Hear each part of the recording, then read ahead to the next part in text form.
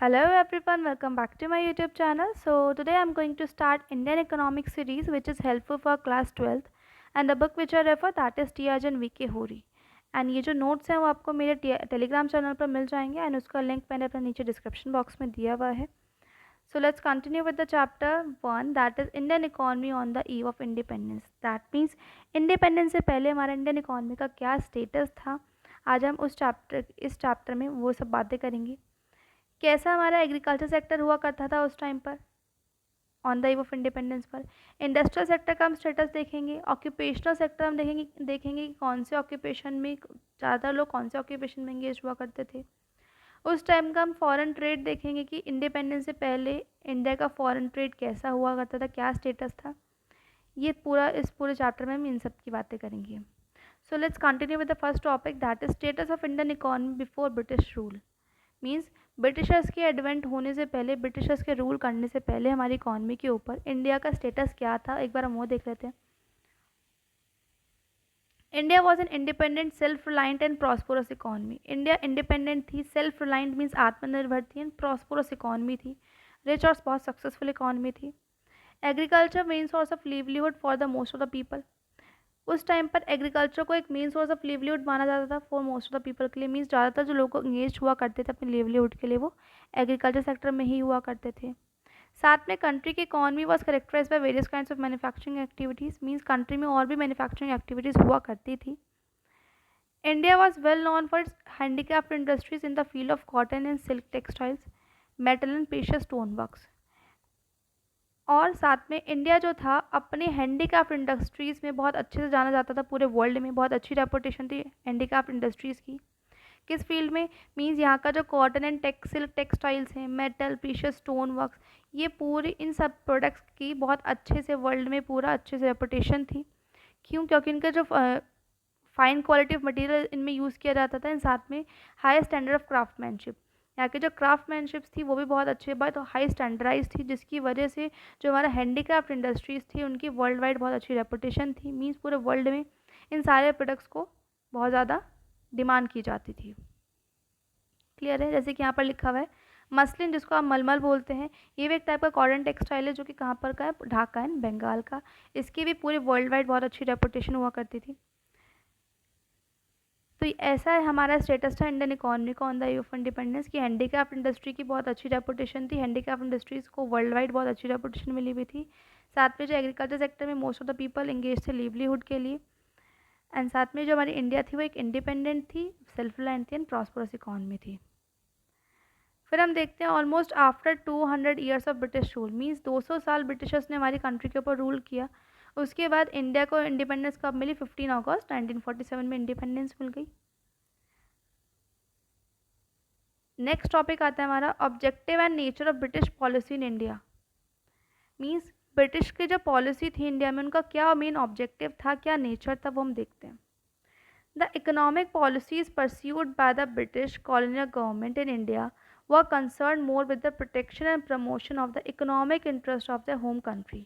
That means कि जो economic policies थी किसकी? ब्रिटिशर्स की और कॉलोनियल गवर्नमेंट की इंडिया के अंदर, उनका जो मेन कंसर्न था वो किससे था? उनकी जो पॉलिसी का मेन कंसर्न किससे था कि उन्हें प्रोटेक्ट करवाना है, साथ में प्रमोट करवाना है अपनी इकोनॉमिक इंटरेस्ट को, अपनी होम कंट्री के इकोनॉमिक इंटरेस्ट को प्रोटेक्ट एंड प्रमोट करवाने के लिए उन्होंने पॉलिसीज़ बना रखी थी, ना कि डेवलपमेंट करने के लिए इंडियन इकोनॉमी को.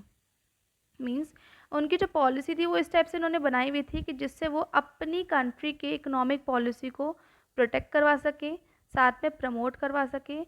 उनकी पॉलिसी में कोई ऐसा मोटिव नहीं था कि वो इंडिया की इकोनॉमी को डेवलपमेंट करवाएंगे. These policies aimed at transforming India into, इनकी जो पॉलिसीज़ थी उनका मेन मोटिव क्या था कि इंडिया को ट्रांसफॉर्म करना है किसमें? A supplier of raw material for the upcoming industries in Britain. Means India को क्या बनाना है? सप्लायर बनाना है किसका? रॉ मटेरियल का, जो कि कहाँ पर जाएगा? ब्रिटेन में जाएगा. जो ब्रिटेन में इंडस्ट्रीज़ बनेंगी वो उनका जो रॉ मटेरियल होगा वो कहाँ से आएगा? इंडिया से आएगा. And a big market for finished industrial products from Britain.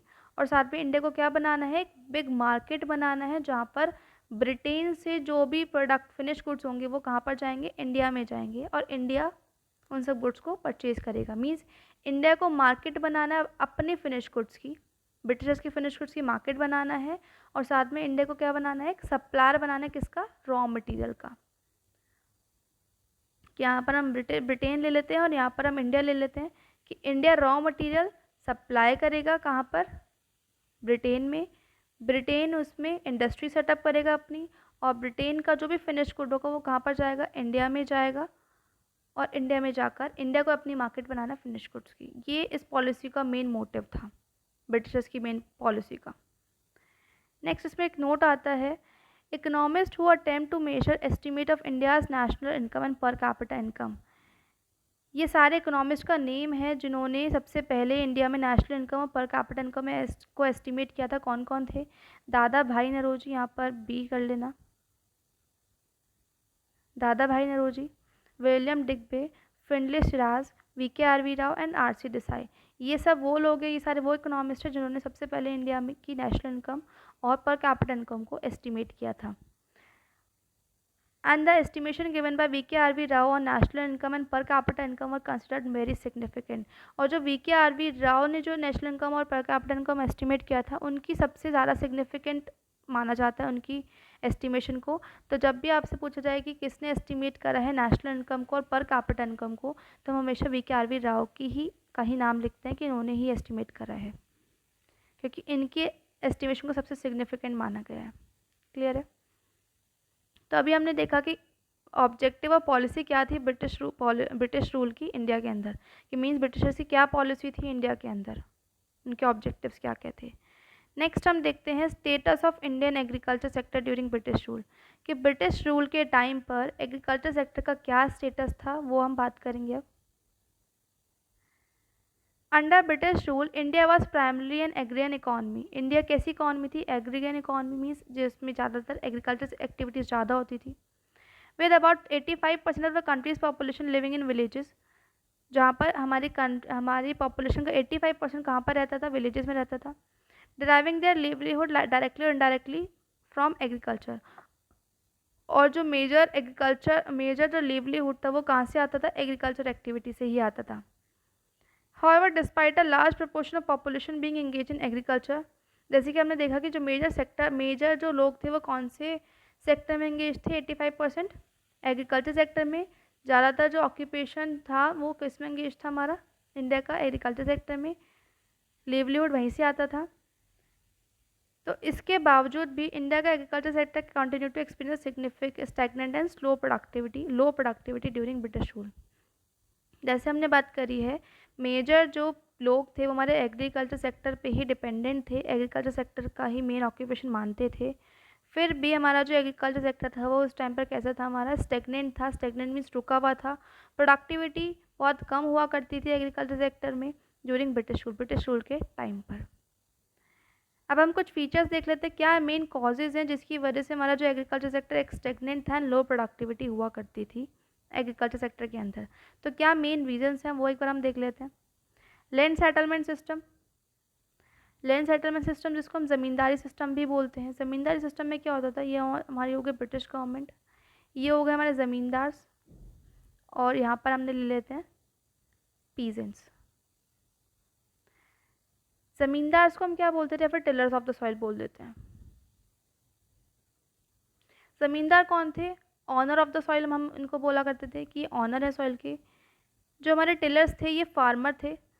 Tiller का मेन काम क्या था, वो फार्मिंग करते थे, मतलब जो भी वो इस फार्मिंग से पैसा अर्न करते थे वो किसको देते थे, ज़मींदार्स को देते थे। सारा का सारा पैसा ज़मींदार्स को देते थे।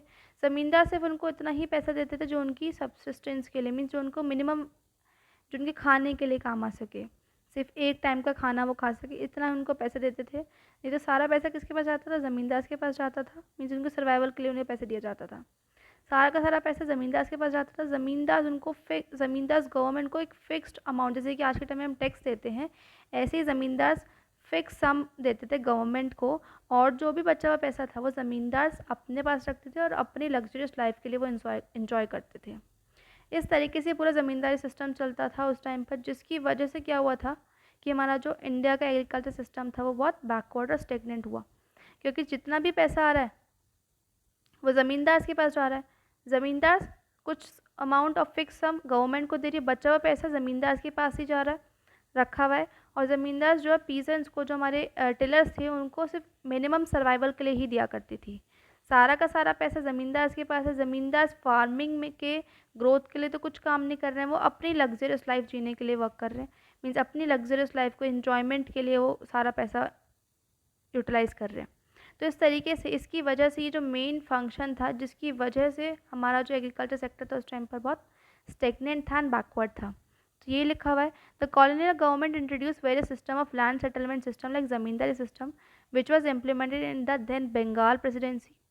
मीन्स कॉलोनियल गवर्नमेंट जो थी, मीन्स जो ब्रिटिश गवर्नमेंट थी, उन्होंने वेरियस बहुत सारे सिस्टम्स जो थे लैंड सेटलमेंट सिस्टम, जैसे कि ज़मींदारी सिस्टम इंट्रोड्यूस करा, जो कि इम्प्लीमेंट हुआ था कहाँ पर, बंगाल प्रेसिडेंसी में इंक्लूड हुआ था, जो कि आज के टाइम की क्या है, हमारी ईस्टर्न स्टेट्स में आती है। The profit accruing out of the agriculture sector went to the zamindars instead of the cultivators. जो भी उससे प्रॉफिट आता था एग्रीकल्चर सेक्टर से, वो कहाँ पर जाता था, ज़मींदार्स के पास, ना कि कल्टिवेटर्स के पास। जो कल्टिवेटर, जो फार्मर्स थे, उनके पास नहीं जाता था प्रॉफिट, किसके पास जाता था, पूरा ज़मींदार्स के पास जाता था। Zamindars did nothing to improve the condition of agriculture. Zamindars जो थे, जो भी पैसा आया वो एग्रीकल्चर को इम्प्रूव, एग्रीकल्चर की कंडीशन को इम्प्रूव करने के लिए कुछ नहीं करते थे। The main interest of zamindars was only to collect rent regardless of the economic condition of the cultivators. तो ज़मींदार्स का मेन मोटिव क्या था, उन्हें रेंट कलेक्ट करना है, और साथ में उनका ये मोटिव नहीं था कि वो इकोनॉमिक कंडीशंस जो है कल्टिवेटर्स की, वो इसको इम्प्रूव करें और या फिर एग्रीकल्चर सेक्टर को इम्प्रूव करें। उनका मेन मोटिव था पैसा आया और उसको अपनी लग्जरियस लाइफ में यूटिलाइज करना है। This cost immense mystery and social tension among them, जिसकी वजह से बहुत ज़्यादा सोशल टेंशन और मिस्ट्री आ चुकी थी उनके बीच, क्योंकि कुछ एग्रीकल्चर सेक्टर तो कुछ हमारा ग्रोथ और डेवलप हो ही नहीं रहा है, क्योंकि सारा का सारा किसके पास जा रहा है, ज़मींदार के पास जा रहा है। ज़मींदार उससे क्या कर रहे हैं, अपनी लग्जरियस लाइफ को एंजॉय कर रहे हैं। पीजेंट्स के पास, मीन्स फार्मर के पास इतना पैसा बचता ही नहीं था जो कि वो एग्रीकल्चर की ग्रोथ के लिए कुछ लगा सके, तो वो भी कुछ नहीं कर रहे थे उसके लिए। साथ में ज़मींदार भी कुछ नहीं कर रहे थे एग्रीकल्चर की ग्रोथ के लिए, जिसका जो मेन जो कॉज है एग्रीकल्चर के बैकवर्ड का, वो सब क्या है, ज़मींदारी सिस्टम, कि एग्रीकल्चर में कुछ भी ग्रोथ नहीं हो पा रही थी। नेक्स्ट आता है हमारा स्मॉल एंड फ्रेगमेंटेड होल्डिंग, कि हमारा जो उस टाइम पर एग्रीकल्चर सेक्टर था वो कैसा था, मीन्स स्मॉल था। उस टाइम पर जो लैंड होल्डिंग्स थी वो कैसी थी, स्मॉल थी एंड फ्रेगमेंटेड थी। ये भी एक मेन बहुत बड़ा कॉज है एग्रीकल्चर के बैकवर्डनेस होने का और स्टेगनेंट होने का। लैंड होल्डिंग्स फॉर बहुत small as well as fragmented, जो वहाँ पर उस टाइम पर जो लैंड होल्डिंग्स हुआ करती थी बहुत स्मॉल हुआ करती थी, साथ में फ्रेगमेंटेड। फ्रेगमेंटेड मीन्स कि एक पर्सन के पास कुछ तो उसकी पीस ऑफ लैंड जो है हमारी पंजाब में पड़ी हुई है, कुछ हमारी हरियाणा में है, कुछ चंडीगढ़ में, कुछ यूपी में पड़ी हुई है, तो एक स्मॉल होल्डिंग हुआ करती थी, मीन्स फ्रेगमेंटेड। फ्रेगमेंटेड मीन्स टुकड़ों में बटी हुआ करती थी। तो अगर एक फार्मर होगा, कुछ वर्क यहाँ पर करेगा, कुछ काम यहाँ पर करेगा, अब स्मॉल है, साथ में अलग अलग जगह पर वो काम कर रहा है, तो अलग अलग जगह पर काम करने में उसकी कॉस्टिंग ज़्यादा आती थी, साथ में प्रोडक्टिविटी जो थी, मीन्स आउटपुट जो प्रोड्यूस हो रहा है वो तो कम हो रहा है क्योंकि लैंड स्मॉल है, तो प्रोडक्शन तो कम होगी, लेकिन कॉस्टिंग ज़्यादा आएगी। कॉस्टिंग ज़्यादा क्यों आएगी, क्योंकि उसे हर जगह पर अपना कुछ प्रोडक्शन करना पड़ रहा है, आउटपुट, तो जिसकी वजह से ये भी बहुत बड़ा फीचर है एग्रीकल्चर के बैकवर्डनेस होने का।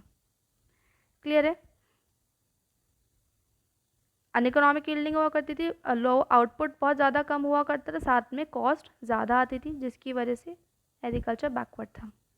Next, dominance of subsistence farming. Subsistence farming क्या होती है, मीन्स कि आप सिर्फ अपने लिए जितना आपको बेसिक नीड्स, आपकी फैमिली को जितना बेसिक नीड है उतना ही प्रोडक्शन किया जा रहा है, उससे एक्स्ट्रा कुछ भी प्रोडक्शन नहीं हो रहा है, कि मतलब क्रॉप सिर्फ इतनी ही प्रोड्यूस किए जा रहे हैं जितनी आपकी फैमिली को नीड है, उसके ऊपर कुछ प्रोडक्शन नहीं किया जा रहा। उस टाइम पे मतलब जो फार्मर्स का आउटलुक था वो कमर्शियल आउटलुक नहीं था, मीन्स फार्मर जो थे मार्केट में कुछ भी प्रोडक्शन जो करा उन्होंने मार्केट में कुछ नहीं बेचते थे, वो सिर्फ इतना ही प्रोडक्शन करते थे जितना उनकी फैमिली को नीड है। इसी को हम क्या बोलते हैं, सब्सिस्टेंस फार्मिंग बोलते हैं। Farming were taken mostly as a means of subsistence. Farming को वहाँ पर उस टाइम पर कैसे लिया जाता है, सब्सिस्टेंस की तरह देखा जाता था। Subsistence farming is a form of farming in which crops are produced to provide for the basic needs of the family. Subsistence farming एक वो फॉर्म ऑफ फार्मिंग होती है जिसमें क्रॉप्स जो प्रोड्यूस होती हैं वो किसके लिए होती है, कि अपनी बेसिक जो फैमिली की बेसिक नीड्स है उनको प्रोवाइड किया जा सके, इतनी ही फार्मिंग के प्रोडक्शन उस टाइम इतना ही प्रोडक्शन हुआ करता था। And due to lack of commercial outlook backwardness and the poverty prevail. उस टाइम पर सब्सिस्टेंस फार्मिंग हुआ करती थी, कमर्शियल आउटलुक था ही नहीं, मीन्स मार्केट में तो कुछ सेल आउट हो ही नहीं रहा है, कमर्शियल आउटलुक ना होने की वजह से, और इसकी वजह से क्या था, बैकवर्डनेस थी एंड पॉवर्टी प्रिवेल, और इसकी वजह से क्या होती थी, पॉवर्टी भी बहुत ज़्यादा थी। तो ये बहुत बड़ा रीज़न है जिसकी वजह से एग्रीकल्चर उस टाइम पे कैसे था, बैकवर्ड था एंड स्टेगनेंट था। Next is use of primitive technique of production. जो technique of production means technology जो थी उस टाइम पे एग्रीकल्चर में कुछ भी यूज़ नहीं हुआ करती थी, सब लेबर अपना हाथ से काम किया करता था। लो लेवल ऑफ टेक्नोलॉजी, टेक्नोलॉजी बहुत ज़्यादा लो थी। लैक ऑफ इरिगेशन फैसिलिटीज़, जो इरिगेशन फैसिलिटीज़ मीन्स जो पानी डालने वाली फैसिलिटी, पानी को स्प्रे करने वाली फैसिलिटीज़ जो होती हैं लैंड में, एग्रीकल्चर में, वो नहीं थी। Negligible use of fertilizer, fertilizers तो उस टाइम पे थे ही नहीं, मतलब बहुत ही कम यूज़ हुआ करते थे, वो होते ही नहीं थे। All together resulted in low level of agriculture productivity. इन सब की वजह से टेक्नोलॉजी बहुत ज़्यादा कम है, टेक्नोलॉजी है ही नहीं, इरिगेशन फैसिलिटी बहुत ज़्यादा कम है, फर्टिलाइजर्स का यूज़ नहीं हो रहा है, जिनकी वजह से जो पूरी की पूरी एग्रीकल्चर प्रोडक्टिविटी थी वो बहुत ज़्यादा लो थी। तो प्रोडक्टिविटी लो होगी मीन्स आउटपुट कम होगा, आउटपुट कम मीन्स इनकम कम होगी, और इनकम कम तो पॉवर्टी बहुत ज़्यादा है, बैकवर्डनेस बहुत ज़्यादा है, साथ में जो हमारा एग्रीकल्चर सेक्टर था वो स्टेगनेंट हो गया, बैकवर्ड हो गया। ये बहुत बड़ा मेन कॉज था एग्रीकल्चर के बैकवर्डनेस होने का। नेक्स्ट है हमारा फोर्स्ड कमर्शलाइजेशन ऑफ एग्रीकल्चर। कि जो ब्रिटिशर्स ने फोर्सफुली एग्रीकल्चर को क्या करा, कमर्शलाइज करने के लिए बोला। मीन्स यहाँ के जो फार्मर्स थे उनको बोला कि आप अपना एग्रीकल्चर क्या करो, कमर्शलाइज करो, फोर्सफुली उनको कहा गया। It means production of crops for sale in the market rather than for self consumption. उनको फोर्सफुली कहा गया कि आप प्रोडक्शन करो क्रॉप्स को जो कि मार्केट में सेल किए जाएंगी, rather than self consumption. Means आप वो क्रॉप्स प्रोडक्शन करोगे जो कि मार्केट में सेल होंगी, ना कि अपने सेल्फ कंजप्शन के लिए अब आप कोई भी क्रॉप प्रोडक्शन नहीं करोगे। During British rule farmers were promoted to produce cash crops instead of food crops. British rule के टाइम पर फार्मर्स को प्रमोट किया गया कि वो कैश क्रॉप प्रोड्यूस करें, ना कि फूड क्रॉप्स को प्रोड्यूस ना करें, by giving them higher prices for producing cash crops like cotton और जूट। और उनको ये कहा गया कि हम आपको बहुत ज़्यादा प्राइजेस देंगे जब आप कैश क्रॉप प्रोड्यूस करोगे, जैसे कॉटन और jute, which were be to ultimately used by the British industries. क्योंकि ब्रिटिशर्स का मेन मोटिव था कि यहाँ से रॉ मटेरियल लेकर जाना है, raw material means cotton jute इन सब को लेकर जाना है। तो फार्मर्स को बोला गया कि आप ये सब चीज़ें प्रोड्यूस करोगे, अब आप कोई भी सेल्फ कंजप्शन के लिए जो हमारे आउटपुट्स हैं वो प्रोड्यूस नहीं करोगे। और ये जो कैश क्रॉप्स थी जैसे कॉटन और जूट, ये सब चीज़ें ब्रिटिशर्स अपने कंट्री में ले जाया करते थे। तो क्यों, क्योंकि ब्रिटिशर्स को अपनी इंडस्ट्री सेटअप करनी थी। However this did not improve the economic condition of the farmer, जिसकी वजह से उनको फूड क्रॉप्स प्रोडक्शन करने के लिए मना कर दिया कि फूड जो क्रॉप्स हैं वो हम आपको, मतलब जो ग्रेन्स वगैरह हैं वो हम देंगे आपको कैश में, पैसों में दिए जाएंगे। अब पैसों की ज़रूरत पड़ने लग गई फार्मर्स को, पैसों की ज़रूरत पड़ने लग गई तो वो किस में आ गए, डेप्टनेस आ गई उनके ऊपर, मतलब उनके ऊपर बहुत ज़्यादा कर्जा होने लग गया। तो इस कैश क्रॉप की प्रोडक्शन से अल्टीमेटली किसका प्रॉफिट हो रहा था, ब्रिटिशर्स का प्रॉफिट हो रहा था, फार्मर्स का कोई भी प्रॉफिट नहीं हो रहा था। क्योंकि जो ब्रिटिशर्स थे वो किस वजह से करवा रहे थे उन क्रॉप्स का प्रोडक्शन, क्योंकि उन्हें अपनी इंडस्ट्रीज़ को सेटअप करना था, अपनी इंडस्ट्रीज़ के लिए रॉ मटेरियल चाहिए था। फार्मर्स की यहाँ पे कोई भी कंडीशन इंप्रूव नहीं हो रही थी, क्योंकि फार्मर्स किस में अल्टीमेटली कहाँ जाते जा रहे थे, डेप्ट में। मीन्स कर्जा उनके ऊपर बहुत ज़्यादा बनता जा रहा था, क्योंकि उन्हें इस टाइम पे कैश की ज़रूरत पड़ने लग गई। क्योंकि जो चीज़ पहले वो प्रोडक्शन खुद कर रहे थे अपनी बेसिक नीड्स के लिए, अब उन्हें वो कैश में लेनी पड़ रही है, और कैश लेने के लिए कैश उनके पास था नहीं, तो उन्हें उधार लेना पड़ रहा था। तो डेप्टनेस बहुत ज़्यादा आ गई थी, तो इससे कंडीशन और ख़राब हो गई फार्मर्स की। नेक्स्ट है लैक ऑफ इन्वेस्टमेंट। इन्वेस्टमेंट बहुत ज़्यादा कम था। जैसे हमने देखा कि ज़मींदार तो कुछ करते ही नहीं थे एग्रीकल्चर के ऊपर, एग्रीकल्चर के डेवलपमेंट के ऊपर। क्यों, क्योंकि वो अपनी इन्जॉयमेंट, अपनी लग्जरियस लाइफ को इन्जॉय करने में सारा पैसा खर्च कर रहे हैं। पीजेंट्स जो मीन्स जो टिलर्स थे उनके पास कुछ पैसा बचता ही नहीं था कि वो डेवलपमेंट कर सके एग्रीकल्चर के ऊपर। तो अल्टीमेटली इससे हो क्या रहा था, इन्वेस्टमेंट एग्रीकल्चर के ऊपर कुछ हो ही नहीं रही थी, जिसकी वजह से एग्रीकल्चर सेक्टर कैसा था, बैकवर्ड एंड स्टेगनेंट। तो India's agriculture sector lacked investment in terracing, flood control, drainage and distillation of soil. तो इंडिया का जो एग्रीकल्चर सेक्टर था वो बहुत ज़्यादा इन्वेस्टमेंट काम थी किसमें, टेरेसिंग में, फ्लड कंट्रोल में, ड्रेनेज सिस्टम में, कोई भी इरिगेशन फैसिलिटीज़ वगैरह करने में कुछ भी यूज़ नहीं हो रहा था, इन्वेस्टमेंट कोई भी नहीं कर रहा था। Distillation of soil means soil की प्रोडक्टिविटी को इंक्रीज़ करने के लिए भी कुछ भी इन्वेस्टमेंट नहीं किया जा रहा था। Although some farmers change their cropping pattern from food crops to commercial crops, yet a large section of tenants, small farmers, neither had resources and technology nor had incentive to invest in agriculture. और साथ में जो cropping pattern था farmers का वो change हो चुका था, फूड क्रॉप से कमर्शियल क्रॉप पर आ गए। फिर भी जो most of the large section था हमारा टेनेंट्स का, स्मॉल फार्मर्स का, उनके पास रिसोर्सेज और टेक्नोलॉजी ही नहीं थी क्या करने के लिए, मतलब एग्रीकल्चर में इन्वेस्टमेंट करने के लिए कि कुछ इन्वेस्टमेंट करें वो एग्रीकल्चर सेक्टर में, एग्रीकल्चर को ग्रोथ करने के लिए। तो ये एक बहुत बड़ा कॉज था हमारा एग्रीकल्चर सेक्टर का स्टेगनेंट एंड बैकवर्ड होने का on the eve of independence. तो आज के लेक्चर में हमने देखा कि एग्रीकल्चर सेक्टर कैसा था हमारा इंडिपेंडेंस के टाइम पर। फिर हमने बात करी ऑब्जेक्टिव ऑफ पॉलिसी कि क्या क्या क्या पॉलिसी थी, क्या ऑब्जेक्टिव मीन ब्रिटिश पॉलिसी का क्या मेन ऑब्जेक्टिव था इंडिया में। और फिर हमने देखा कि status of Indian economy before British rule से पहले इंडियन इकोनॉमी कैसा स्टेटस था। तो rest part we will continue in next video. Thank you, thanks for watching, do like and subscribe.